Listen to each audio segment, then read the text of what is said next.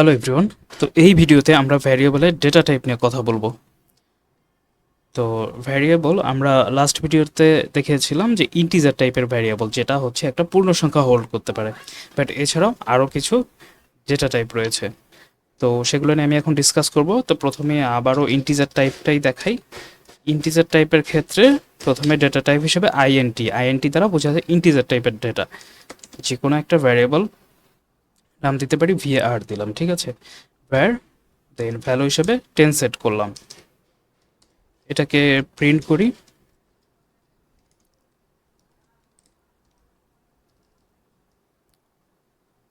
dl, হ্যাঁ। তো এটাকে যদি বিল্ড অ্যান্ড রান করি, হ্যাঁ 10 এসেছে, ঠিক আছে। তাহলে আমাদের ইন্টিজার টাইপের ডেটা কিভাবে ডিফাইন করতে হয়, ডিক্লেয়ার করতে হয় এবং সেটা প্রিন্ট করতে হয় সেটা দেখলাম। এরপর আসি সেকেন্ড টাইপ, সেটা হচ্ছে ক্যারেক্টার টাইপ। ক্যারেক্টার টাইপের ক্ষেত্রে ক্যার লিখতে হয়। দেন ভ্যারিয়েবলের নাম, এটা কি করবে, এটা একটা সিঙ্গেল ক্যারেক্টার রাখবে, সো এটাকে সিঙ্গেল কোটেশনের মধ্যে রাখতে হবে। আমি ফর এক্সাম্পল এস দিতে পারি। দেন এটাকে প্রিন্ট করি। এখানে যদি প্রিন্ট করি তাহলে কি লিখবো, var dl। এটাকে যদি বিল্ড অ্যান্ড রান করি, দেখেন একটা ইরোর আসছে। আচ্ছা, এরোটা কেন আসছে, কারণ হচ্ছে এই যে ভ্যারিয়েবল নাম আর এই যে ভ্যারিয়েবল নাম, এটা এটা দুইটাই সেম। তো কম্পাইলার বুঝতে পারছে না আসলে আমি এখানে কোনটাকে প্রিন্ট করতে যাচ্ছি। তার মানে ভ্যারিয়েবলের নেমটাকে একটু চেঞ্জ করতে হবে। তো আমরা জানি যে সি প্লাস প্লাস হচ্ছে কেস সেন্সিটিভ। আমি শুরুতেই বলেছিলাম, features of C plus plus যে ভিডিওটা আছে ওখানে বলেছিলাম। তো আমি এখানে ভ্যার সবগুলো হচ্ছে স্মল লেটারে লিখেছি। আমি যদি এটাকে ক্যাপিটাল লেটারে লিখি, যেহেতু এটা কেস সেন্সিটিভ, সো এই দুইটা আলাদা হিসেবে কনসিডার করবে, তাই না? তো দেখা যাক আসলে করে কিনা। এবার আশা করি কোনো এরর আসবে না। হ্যাঁ, বিল্ড অ্যান্ড রান দিই। দেখেন 10s প্রিন্ট করেছে, এইবার কোনো ঝামেলা করেনি। তার মানে আমরা যে কেস সেন্সিটিভের কথাটা বলেছিলাম সেটা আশা করি বুঝতে পারছেন। Capital letter and small letter দুইটাকে সে আলাদা হিসেবে কনসিডার করবে। তো আমি আরেকটু ভ্যারিয়েবলের নেমগুলো বেটার ওয়েতে দিতে পারি, যেটাকে var1 দিতে পারি। var1 প্রিন্ট করলাম, এটাকে হচ্ছে আমি স্মল লেটারই রাখছি, var2। অ্যান্ড এইখানেও আমি var2, ঠিক আছে। তো আউটপুট চেক করি, আউটপুট ঠিক আছে, 10s।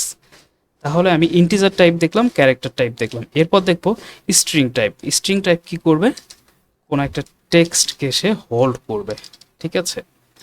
তো আমি এটার জন্য যেটা করব, স্ট্রিং লিখতে হবে। হ্যাঁ, স্ট্রিং লেখার পরে আমাকে যে ভ্যারিয়েবল নাম, এটাকে আমি var3 দিলাম। হ্যাঁ, আর এটা হোল্ড করবে কি, আমার নামটা দিলাম শাফিউল কামরান। তো এটাকে আমি যদি প্রিন্ট করি var3,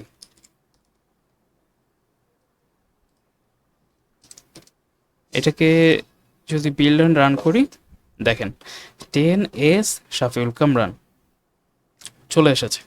তার মানে স্ট্রিং টাইপটা আমরা এইভাবে ডিক্লেয়ার ডিফাইন করতে পারি, প্রিন্ট করতে পারবি। এরপরে হচ্ছে বুলিয়ান টাইপ। বুলিয়ান টাইপ সম্পর্কে একটু বলি।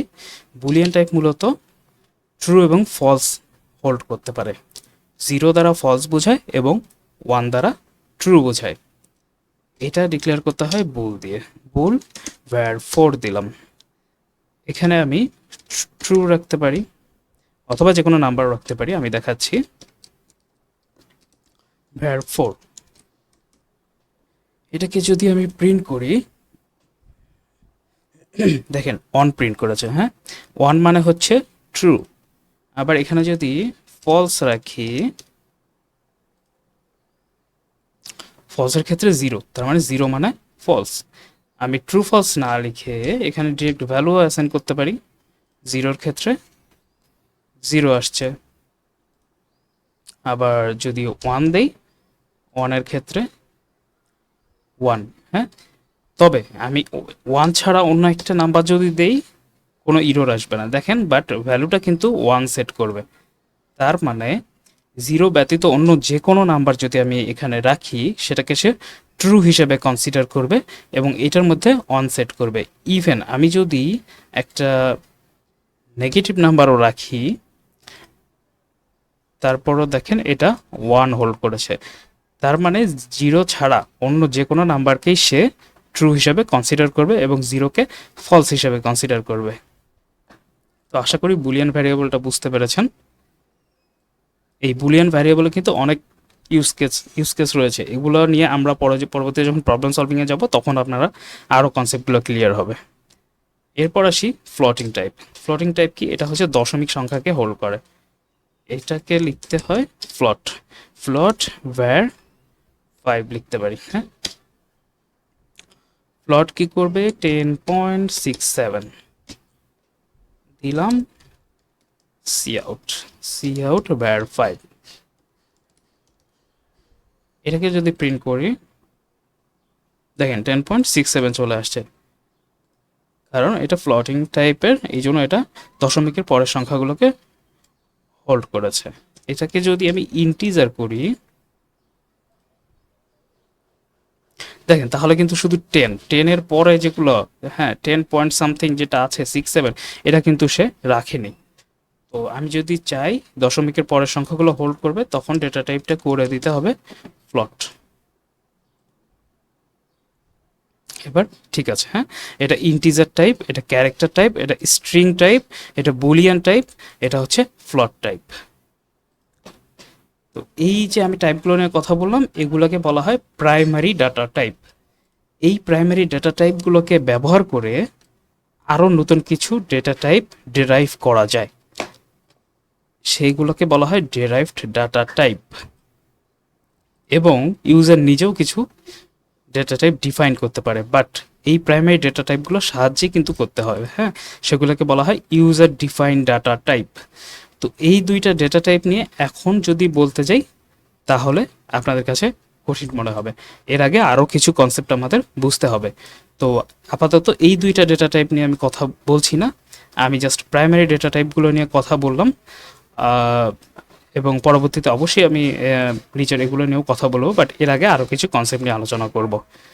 তো এই ভ্যারিয়েবলগুলো যে দেখলাম, এগুলোর কিছু রেঞ্জ নিয়ে আমি নেক্সট ভিডিওতে কথা বলবো। তো সবাইকে ধন্যবাদ ভিডিওটি দেখার জন্য। দেখা হচ্ছে নেক্সট ভিডিওতে।